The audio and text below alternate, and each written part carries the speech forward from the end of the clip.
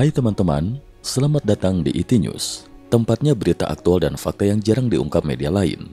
Yuk dukung kami dengan cara subscribe, like, komen, dan share, supaya lebih banyak orang tahu apa yang sebenarnya terjadi.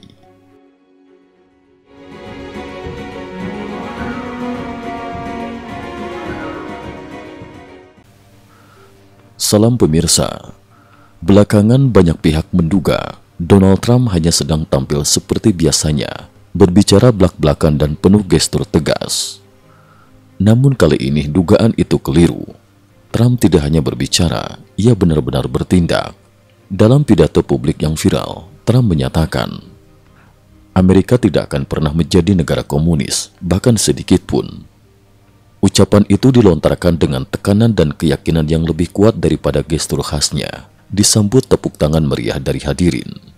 Namun makna di balik kalimat ini jauh melampaui sekadar slogan politik. Ia adalah deklarasi perang, bukan perang militer, melainkan perang tarif. Strategi perang baru, tarif sebagai senjata pamungkas. Tidak seperti peperangan yang melibatkan kapal induk, jet tempur, atau adu mulut di forum internasional. Perang yang dilancarkan Trump kali ini menggunakan senjata yang lebih presisi, tarif bea masuk. Trump dengan jelas menargetkan musuh utamanya, Partai Komunis Tiongkok. Namun lebih dari sekedar pertarungan antara Amerika dan Tiongkok, konflik tarif ini telah menyeret dunia ke pusaran perang dagang global. Negara-negara di seluruh dunia kini berlomba membuka negosiasi dengan AS, berusaha menghindari tarif hari pembebasan yang bisa mencapai 70%. Sebagian negara bahkan diam-diam merapat ke kubu Trump, sembari menandatangani perjanjian tanpa banyak gembar-gembor. Vietnam, yang selama ini dianggap sekutu erat Tiongkok, kini justru berbalik haluan dan menyerahkan pasarnya. Sementara Indonesia, pemimpin Asia Tenggara, juga mulai beringsut ke kubu Amerika. Makna di balik perang tarif, pertarungan nilai dan masa depan peradaban. Perang yang terjadi bukan lagi sekadar adu angka perdagangan, melainkan sudah menjelma menjadi pertarungan nilai-nilai fundamental dan kelangsungan sebuah peradaban. Trump dalam pidatonya menyerukan pada dunia bahwa inilah saatnya memilih, mendukung keterbukaan, demokrasi dan kebebasan, atau bertahan dalam tirani, keterbelakangan, dan cengkraman masa lalu. Ia mengajak dunia untuk bergabung dalam koalisi anti-komunis, sekaligus menyerukan voting global untuk menyingkirkan Tiongkok dari rantai pasok dunia. Bagi Trump, komunisme bukan hanya ideologi asing, tetapi ancaman nyata yang telah menyusup ke dalam kehidupan masyarakat Amerika, sekolah, media, sistem pemilu, bahkan budaya sehari-hari. Ia tidak langsung menyebut Tiongkok, namun setiap pernyataannya secara tersirat adalah serangan tajam ke Beijing. Gariskan batas, Amerika tidak akan jadi negara komunis. Trump secara eksplisit menyebut nama anggota DPR negara bagian New York, Zoran Mamdani, yang dikenal mengusulkan kebijakan radikal seperti penghapusan polisi, nasionalisasi toko, hingga pembagian barang dagangan. Trump mengecam keras, ini adalah komunisme tingkat tinggi, ini akan menghancurkan New York. Ia menegaskan, nenek moyang Amerika dulu berjuang demi kebebasan, bukan untuk menjebak negara ini dalam kuburan Marxis. Ia bahkan menegaskan, komunisme tidak akan diizinkan hadir di Amerika dalam bentuk apapun, di kota manapun, sudut manapun. Pernyataan ini bukan sekedar retorika domestik, melainkan seruan pembersihan politik nasional.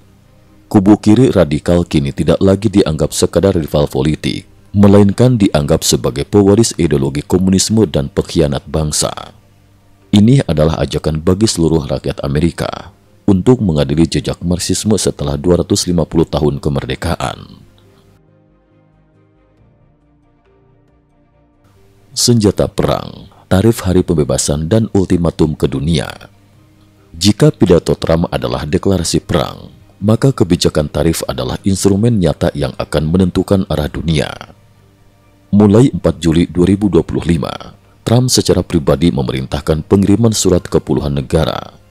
Inti pesannya, negosiasi sekarang, atau mulai 1 Agustus semua ekspor Anda ke Amerika akan dikenakan tarif antara 60% hingga 70%. Ini bukan tawaran negosiasi, melainkan ultimatum. Bagi negara yang menolak, konsekuensinya tegas. Akses ke pasar Amerika akan ditutup, keuntungan ekspor dipangkas, dan posisi mereka dalam rantai pasok global akan hilang. Tidak peduli apakah negara itu berbisnis langsung dengan Tiongkok, menjadi perantara melalui negara ketiga, atau sekadar mengganti label asal produk, semuanya akan dihitung dan ditindak. Dinamika regional, Asia Tenggara di persimpangan jalan. Di antara negara-negara yang langsung bergerak cepat, Vietnam adalah yang paling tajam menikam. Ketika Trump mengirim surat ultimatum, Vietnam langsung menandatangani perjanjian tanpa banyak diskusi. Dalam perjanjian itu, barang ekspor Vietnam tetap dikenakan tarif 20%, sementara barang-barang transit produk Tiongkok yang dicuci di Vietnam dikenai tarif hukuman 40%. Sementara barang-barang AS yang masuk ke Vietnam justru diberi tarif 0%. Praktis, pasar Vietnam sepenuhnya diserahkan ke Amerika. Dengan begini, rantai pasok abu-abu yang selama ini menyelamatkan ekspor Tiongkok langsung terputus di perbatasan Vietnam. Mengapa Vietnam begitu kooperatif? Karena mereka memahami, ini bukan lagi soal negosiasi, melainkan pemaksaan untuk memilih kubu. Vietnam sadar, peluang untuk naik kelas ke rantai pasok global dan mendapatkan perlindungan ekonomi politik dari Amerika lebih berharga ketimbang mempertahankan hubungan abu-abu dengan Tiongkok.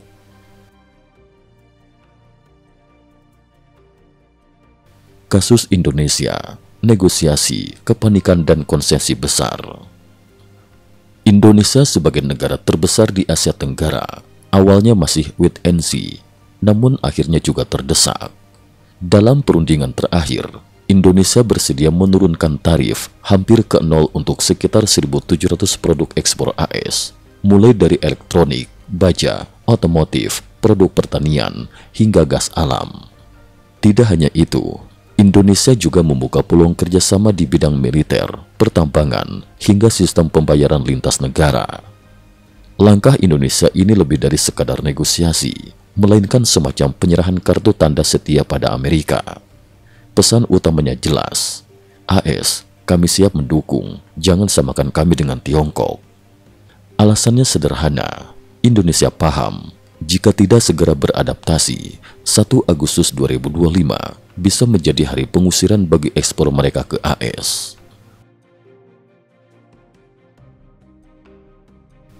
Analisis propaganda Tiongkok dan realitas baru di lapangan. Tiongkok menyadari ancaman ini, langsung bereaksi. Kementerian Perdagangan dan Luar Negeri Tiongkok melontarkan protes keras dan menuduh AS memaksa negara lain mengikuti kebijakan merugikan pihak ketiga. Media pemerintah segera menghembuskan propaganda bahwa Vietnam dicabik-cabik Amerika, bahkan menjadi korban dalam perang dagang ini. Ada dua pola propaganda yang menonjol. 1. Emosi dan intimidasi. AS menipu Vietnam, Vietnam akan menyesal. Retorika ini tidak tulus membela Vietnam, tapi lebih kepada menakut-nakuti agar negara lain tidak mengikuti langkah Vietnam. 2. Kekhawatiran palsu. Pabrik Vietnam akan tutup, investor asing akan hengkang, barang AS akan membanjiri pasar. Sekilas seperti peduli, tapi sebenarnya pesan tersembunyi untuk rakyat Tiongkok sendiri. Lebih baik tetap menutup diri agar aman. Faktanya, justru perjanjian dengan AS membuat sektor unggulan Vietnam seperti tekstil, elektronik, dan furnitur makin dibutuhkan pasar AS. Investor global, dari Apple hingga Tesla, justru antri membangun pabrik di Vietnam dan Indonesia. Barang-barang konsumsi AS yang masuk Vietnam juga dianggap bonus sebagai konsumen lokal, bukan bencana ekonomi. Vietnam, pintu gerbang baru dunia bebas. Setelah perjanjian disepakati, implementasi di lapangan berjalan cepat. Rel kereta api, pelabuhan dan jalur logistik antara Vietnam dan Tiongkok beroperasi penuh, bahkan memperbanyak frekuensi. Uniknya, barang-barang Amerika kini membanjiri Vietnam dan warga Tiongkok bisa naik kereta ke Hanoi, berbelanja di supermarket Amerika, hingga mengakses informasi bebas tanpa tembok api internet Tiongkok. Vietnam kini menjadi pintu gerbang baru, tempat produk AS masuk, warga Tiongkok berbelanja, dan informasi mengalir bebas. Situasi ini mengingatkan pada era Hong Kong masa lalu, saat peradaban dan kebebasan mengalir deras ke daratan Tiongkok. Namun, Vietnam tidak akan menjadi Hong Kong kedua, karena Vietnam tak menerapkan sensor ketat dan firewall besar-besaran. Bagi Tiongkok, inilah mimpi buruk yang jadi kenyataan. Mereka mungkin bisa memblokir internet di dalam negeri, namun tak mampu mengontrol arus barang, uang, dan ide yang datang dari pintu belakang seperti Vietnam. Penutup, babak baru perang ideologi dan rantai pasok dunia. Apa yang sedang terjadi saat ini bukan sekadar perang tarif, tetapi benturan peradaban dan pembentukan tatanan dunia baru. Dengan 1 hari pembebasan, Trump dan Amerika mengubah wajah globalisasi, bukan lagi soal siapa yang paling murah atau paling besar, tapi siapa yang paling sejalan dalam nilai-nilai demokrasi dan kebebasan.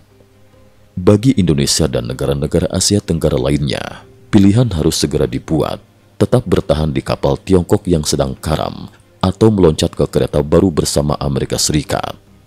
Keputusan ada di tangan masing-masing negara.